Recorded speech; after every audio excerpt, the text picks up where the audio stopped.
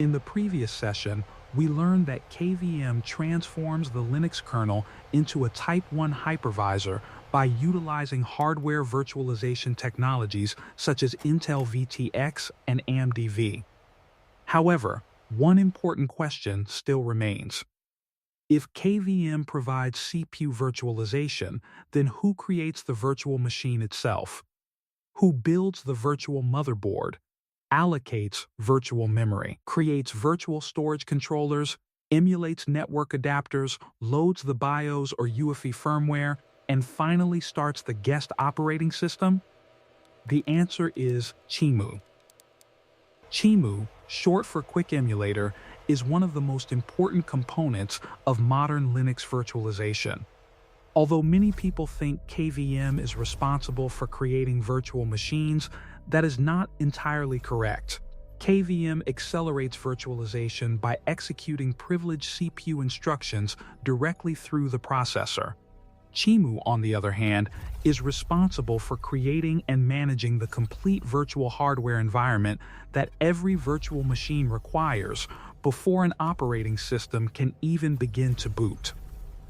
In this session, we will explore how QEMU works, why it is essential for enterprise virtualization, and how it works together with KVM to deliver near-native virtual machine performance.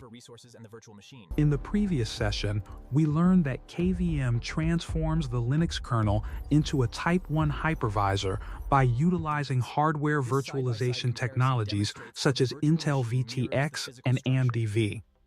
However, one important question still remains. If KVM provides CPU virtualization, then who creates the virtual machine itself? Who builds the virtual motherboard, allocates virtual memory, creates virtual storage controllers, emulates network adapters, loads the BIOS or UEFI firmware, and finally starts the guest operating system? The answer is QEMU. QEMU, short for Quick Emulator, is one of the most important components of modern Linux virtualization. Although many people think KVM is responsible for creating virtual machines, that is not entirely correct. KVM accelerates virtualization by executing privileged CPU instructions directly through the processor. QEMU, on the other hand, is responsible for creating and managing the complete virtual hardware environment that every virtual machine requires before an operating system can even begin to boot. In this session, we will explore how QEMU works, why it is essential for enterprise virtualization, and how it works together with KVM to deliver near-native virtual machine performance. When we create a virtual machine, the operating system inside that machine does not communicate directly with the physical server hardware. Instead, it interacts with virtual devices created by QEMU. These virtual devices provide the same functionality that a physical computer requires. For example, a physical computer requires a motherboard chipset, storage controller, network adapter, and input-output devices. QEMU creates software-based versions of these components and presents them to the guest operating system. The guest operating system detects these devices just like it would detect hardware inside a physical machine. Storage is presented through virtual disk controllers, networking is provided through virtual network adapters, and system communication happens through virtual buses such as PCI. However, creating virtual devices is only one part of the virtualization process. To achieve enterprise-level performance, these virtual devices must communicate efficiently with the physical hardware underneath. This is where technologies like Virt-IO become important. Virt-IO provides optimized virtual devices that reduce unnecessary overhead and allow virtual machines to achieve near-native performance. Together, QEMU, KVM, and optimized device technologies create the foundation of modern enterprise virtualization platforms used in data centers around the world. At this point, we can understand that QEMU is much more than a simple virtual machine launcher. It is a powerful virtualization component responsible for creating and managing the virtual hardware environment required by guest operating systems. In modern enterprise infrastructure, virtual machines are not created manually by assigning only CPU and memory.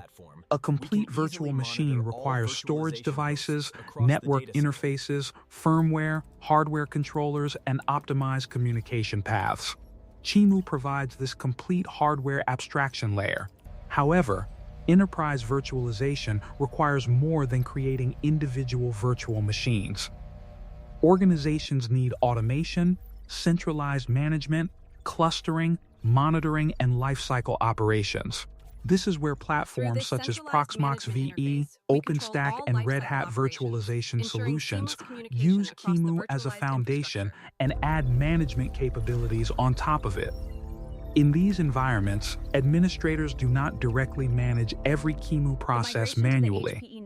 Instead, management platforms communicate with virtualization services to create, configure, and monitor virtual machines at scale. The combination of QEMU, KVM, Linux, and enterprise management platforms has made open-source virtualization a reliable choice for modern data centers. In the next chapter, we will explore how QEMU internally communicates with management layers and how technologies like Libvirt make large-scale virtualization possible.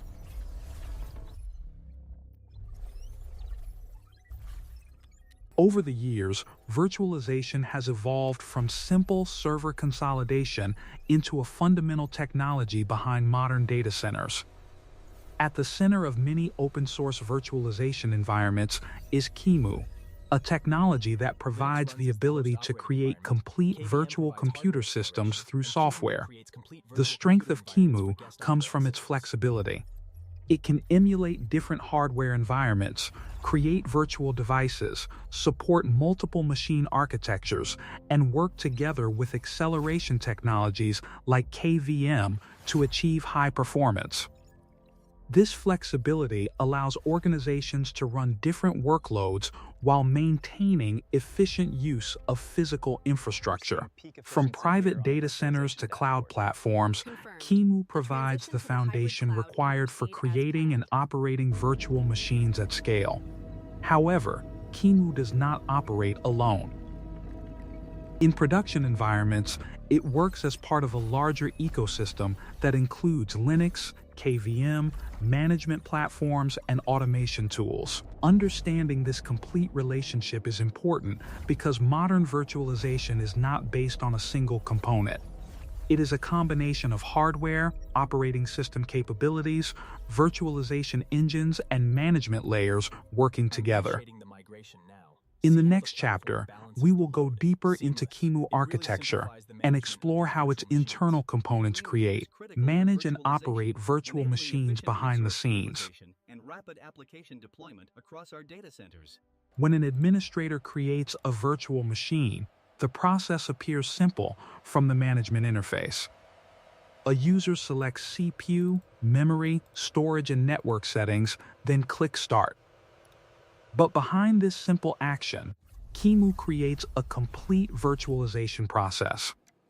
Every running virtual machine is represented by a dedicated QEMU process running on the Linux virtualization host. This process becomes responsible for creating and maintaining the virtual computer environment required by the guest operating system. For example, when a virtual machine starts, QEMU initializes the selected machine type, creates virtual CPUs, allocates memory, connects virtual storage devices, and prepares virtual network interfaces. The guest operating system does not see the physical HP server directly. Instead, it communicates with the virtual hardware environment provided by QEMU. On a Linux host, each virtual machine runs as its own isolated process with allocated resources. This process-based architecture provides flexibility, security isolation, and better resource management. Enterprise virtualization platforms use this architecture to run hundreds or even thousands of virtual machines across large server clusters.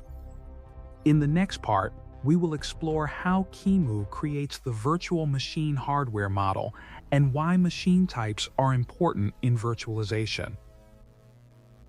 When QEMU creates a virtual machine, it does not simply provide processor and memory resources.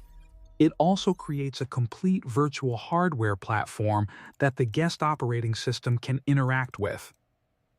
This virtual platform is defined by the machine type. For many years, QEMU used the i440FX machine type as a default virtual chipset model. It was designed to provide compatibility with older operating systems and traditional PC hardware architecture.